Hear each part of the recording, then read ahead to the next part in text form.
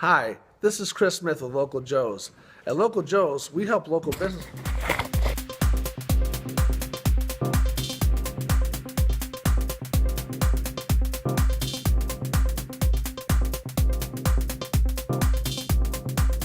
Hi, this is Chris Smith with Local Joe's.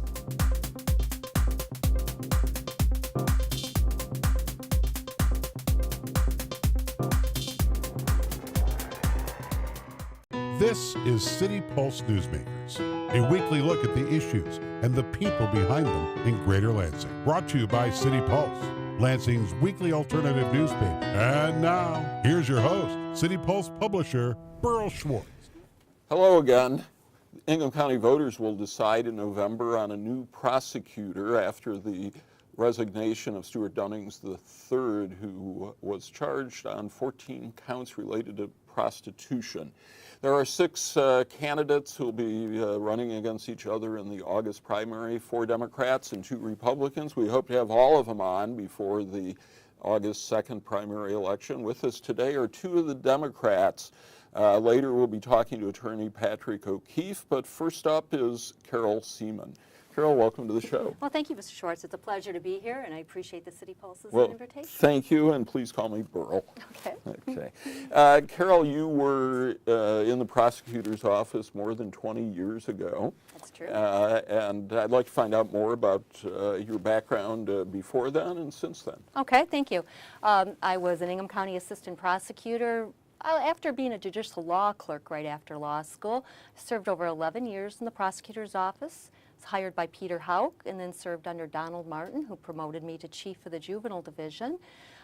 During my time at the prosecutor's office, handled everything from some extraditions, juvenile court, district court, circuit court dockets, some appellate work, pretty much the gambit of what we did there. And when in 1995 I moved from the prosecutor's office, it was because I wanted to work on some of the issues at a statewide level. I joined the Prosecuting Attorneys Association as their first child abuse training coordinator, where we developed programs for police, prosecutors, and children's protective services workers for the investigation and prosecution of child abuse, both criminal and civil. After that, I worked at all 3 branches now of state government. I worked for the Legislative Service Bureau as a nonpartisan bill drafter, and I also then went to the Michigan Supreme Court State Court Administrative Office, where I was the Deputy Director of Child Welfare Services and the Training Director. And again, we worked on training programs, but the target was a little different. It was for the judges, attorneys, foster care and adoption workers, and really targeting how the system addressed it once the case made it to the legal system. Also worked for the Department of Human Services as their training director for child welfare services, in the Office of Children's Ombudsman, as a legal investigator, and working on different issues involving how the system addresses abuse and neglect. Quite a variety of experiences. What about educational background? Well, I grew up here and born at Sparrow Hospital, grew up and went to Eastern High School, went to Michigan State University, graduated from James Madison College at Michigan State, moved to Boston for 3 years where I went to law school at Suffolk University, and then returned to Lansing where I've been ever since in the Lansing area. Loving it here and continuing to learn every day. Why are you a Democrat? I'm a Democrat because I firmly believe in social justice, equality, and fairness, just human dignity. I think when I was very young, my mother joined a singing group called the Earl Nelson Singers, which is an integrated group to preserve the Negro spiritual that was formed by someone who later became a state representative and senator, Earl Nelson. But very young, I was exposed to the concepts of how equality and inequality work in our system. Marched in a civil rights march in Lansing when I was probably 7 or 8.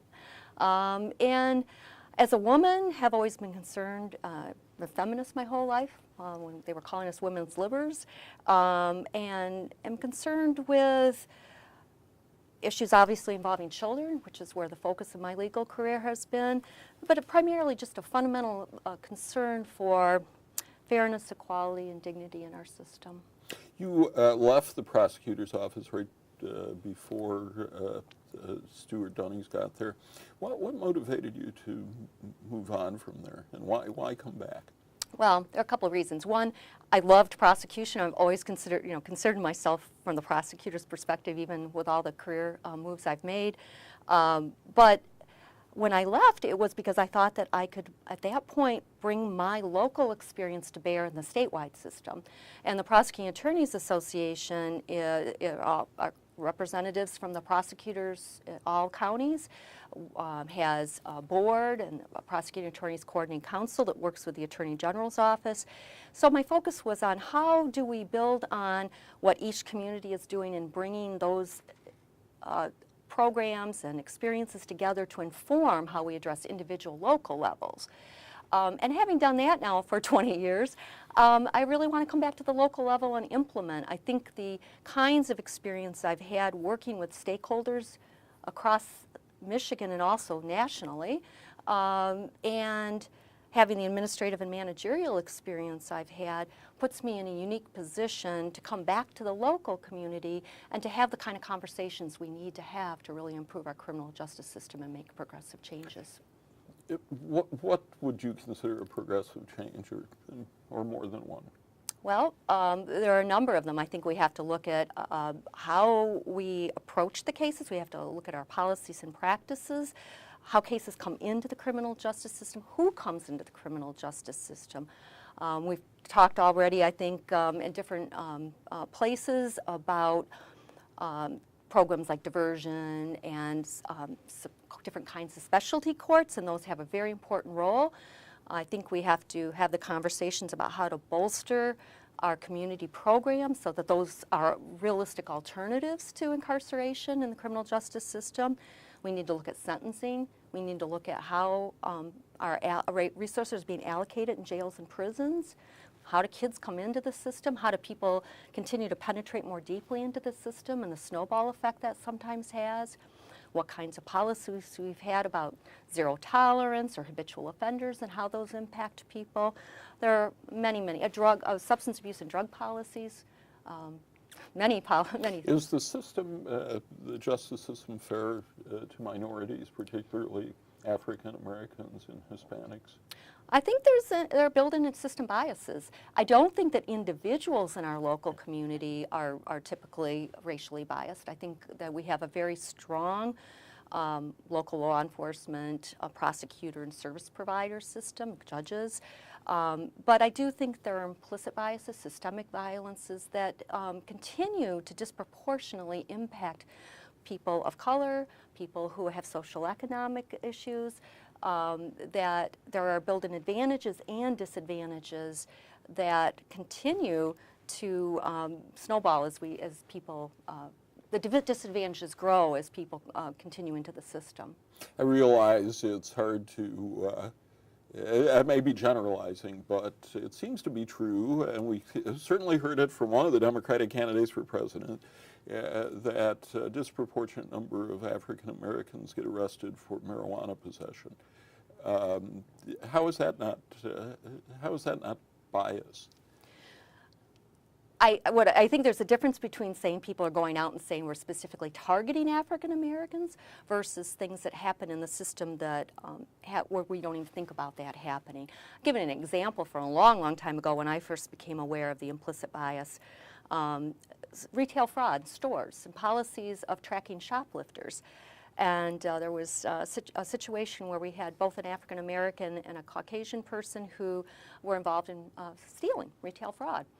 But because the African American person was followed, they're the ones who were caught. So if you are a person of color or have a social economic status or other marker that creates a disadvantage, then you might be in a situation where there's inherently more police present where you are. There's more attention drawn to what the behaviors are. So somebody over here may be doing the exact same action, but they're not going to have the same response. And so it's not that there's a specific target or a bias against that individual.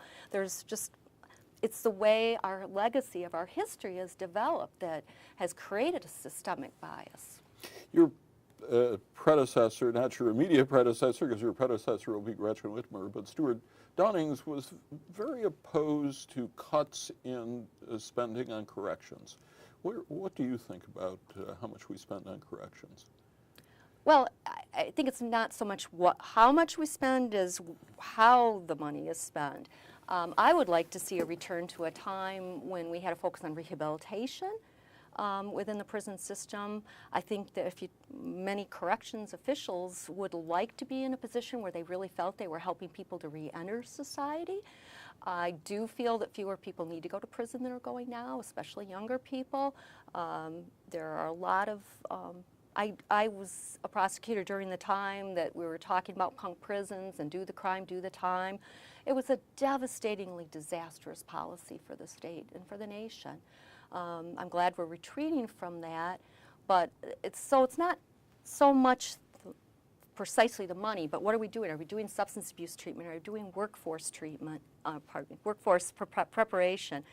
Are we giving people the parenting classes so that when they come out they'll be able to resume parenting appropriately? How are we preparing people starting in school before they are potentially involved in the criminal justice system up through corrections so that the resources are being used in a way that really promotes our community, not just making it safe by locking people up? Is there really any logic to imprisoning someone for drug use? Not talking about stealing, I'm not talking about committing crimes to buy drugs, but simple drug use. It is a crime, obviously, but does it make sense to imprison them? Right. And I think, as a prosecutor, one obviously has to follow the law, but that is the luxury, I guess you could say, of being a prosecutor, is your job is to obtain justice. That is our ethical obligation. And as a part of that, we have to utilize our discretion to do what makes sense. And sometimes that changes over time as we learn more information. So as a private citizen, for example, I support the legalization, taxation, and regulation of marijuana.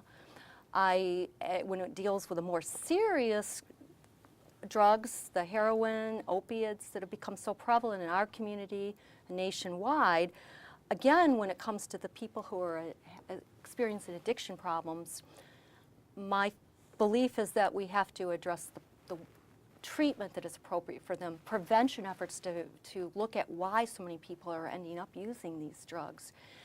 We have to certainly get people off the street who are violent, serious, the people who are pushing the drugs. Right. Are you at risk of being labeled soft on crime?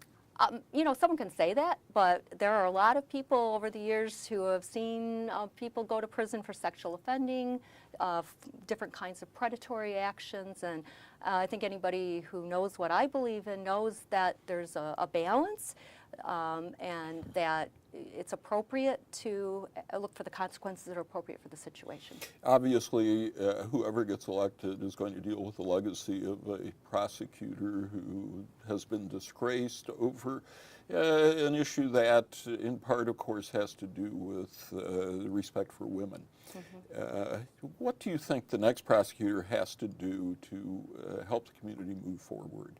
Well, I think in large part that's happened. I think the judges made the right decision in appointing Gretchen Whitmer as the interim prosecutor.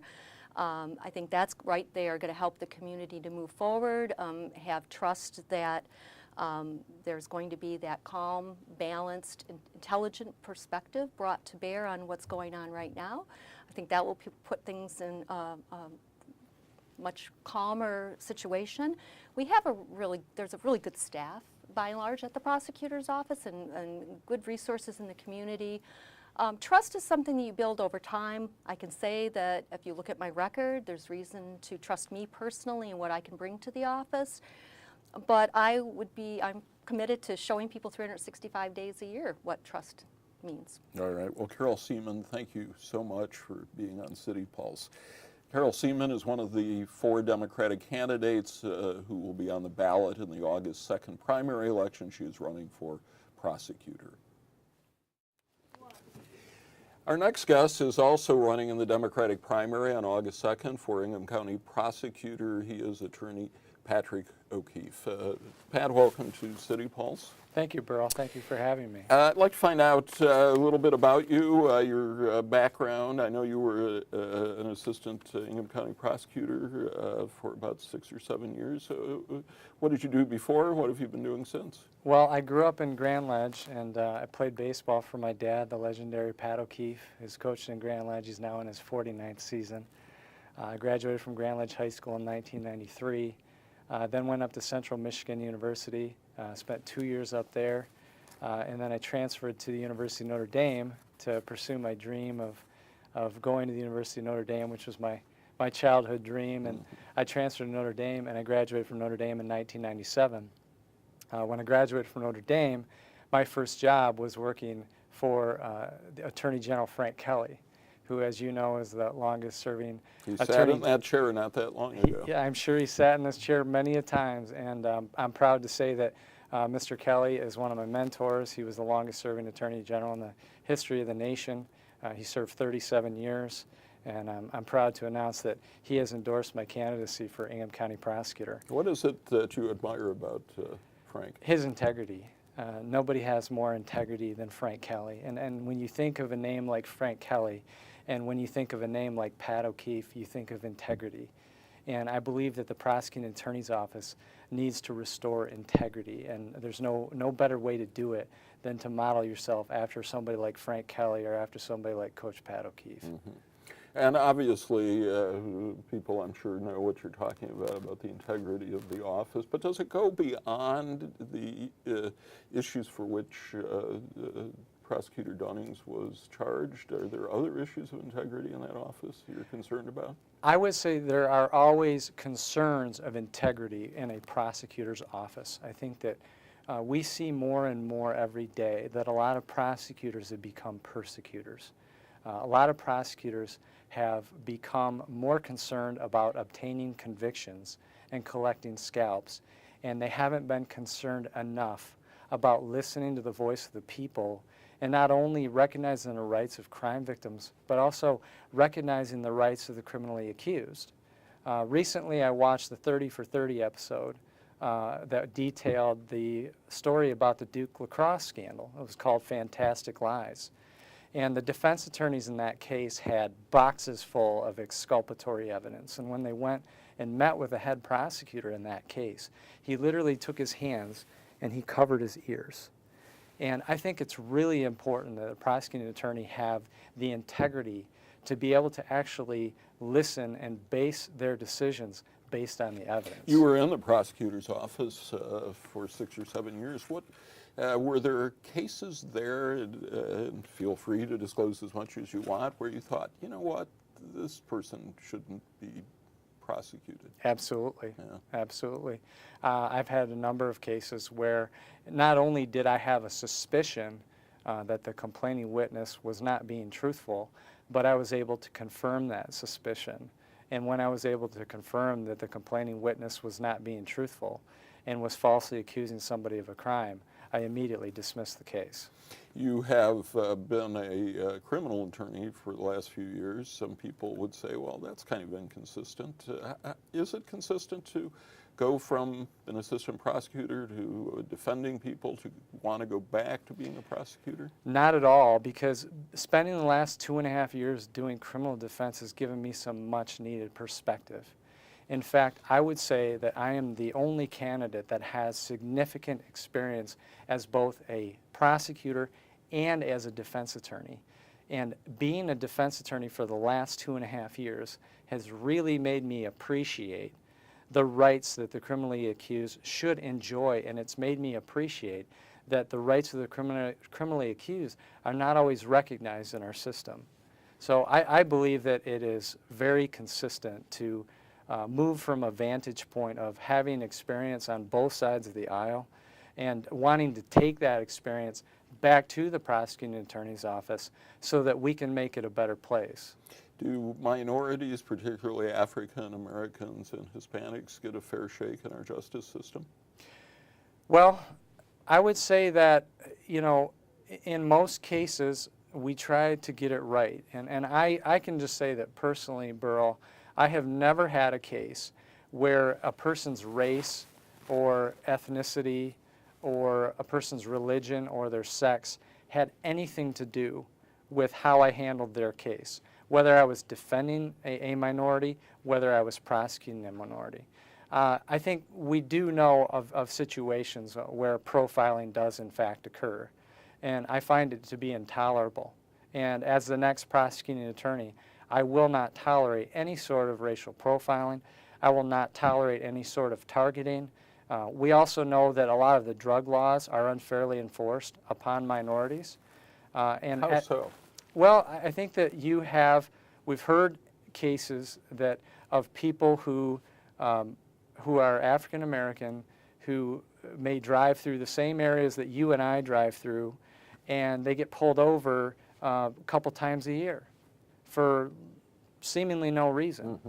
And I don't find that to be tolerable And at they all. may be in possession, but because they're African American, they're getting caught. Right. They should not be targeted because of their race. Yeah. No person should be targeted because of their race. No person should be targeted because of their political beliefs, because of their religious beliefs. And I think that having the experience as a trial attorney has equipped me to have an understanding that you have to focus on the Constitution and you have to focus on criminal procedure to make sure that if you're going to charge somebody with a crime, that you get it right. And we've had too many cases that we've heard about in the last, how many wrongful convictions have you heard about in the last several years where somebody was wrongfully convicted and was exonerated through the Innocence Project, and the lengths that people had to go to, the number of years that they had to fight for decades to regain their freedom, when a simple DNA test was all it took for those people to regain their freedom. I think that we can avoid those problems in the very beginning, but I also think that if and when we do make mistakes, we need to be quick to correct those mistakes. One of my big platforms is that we need to reinvest in our community, and that means that we need to look out for the rights of our crime victims. We need to look out for the rights of our criminally accused. We need to work closely with community leaders. We need to work closely with law enforcement. We need to hold not only our offenders accountable, we need to hold our police officers accountable as well. And we need to hold our police officers to a higher standard. And I intend to do that. I think that the biggest problem that we have in this day and age is that too many of us are quick to judge and we're too slow to listen. I want to talk to you about drug issues and drug problems. So obviously there's an opiate problem, a heroin problem. Are these people criminals or are they victims? It's got to be a thorny issue. Well, I would say that, it's become an epidemic. We have a very serious heroin problem in the Tri-County region, and specifically here in Ingham County. I think we all are becoming more aware that most people start with an opiate addiction. They start with pills, and then they can't get access to the pills, so they turn to heroin on the streets. And the problem with turning to heroin on the streets, Burl, is that if you buy a fold of heroin on the streets, you have absolutely no idea how much pure heroin is in that. And this stuff gets cut with things like talcum powder.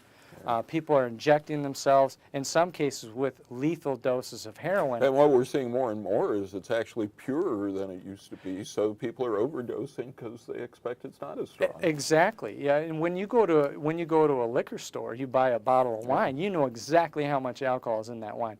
When you buy a fold of heroin on the street, you have absolutely no idea how much pure heroin is in that. I think the problem is that we are too quick to take people who have drug addictions and throw them in jail and throw them in prison. We have treatment courts, we have drug courts, we have sobriety courts, we have mental health courts, we have veteran courts here in Ingham County. The problem isn't that we don't have these courts. The problem is that we're not accepting enough people into these treatment facilities, into these treatment courts. We need more funding. They need to expand the criteria so that we can get more people treatment. Recently, I represented a client who was convicted of a robbery. He was addicted to heroin. It was 5 months after his 17th birthday. He's serving 5 years in prison, and he's getting absolutely no treatment, for his heroin addiction. He's not getting his education. He's not getting his GED.